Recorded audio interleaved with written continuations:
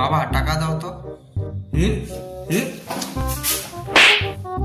আমরা দেখলে কি টাকা নাচ মনে নাকি তোর? দাও না। নে ধর। মাত্র 20 টাকা, এতে কি হবে? কত লাগবে শুনি? কমসে কম 500 টাকা। হ্যাঁ, তোর মতন বয়সে আমি আমার বাবার কাছ থেকে 2 টাকা চেতাম, আর তুই 500 টাকা চাইছিস? হ্যাঁ আমি জানি এখন তুমি কি বলবে। তোর মতন বয়সে আমি কলা পাতার প্যান্ট পরেছি, কলা পাতার শার্ট পরেছি। আবার ছোট মুখে বড় কথা। থাক, লাগবে না।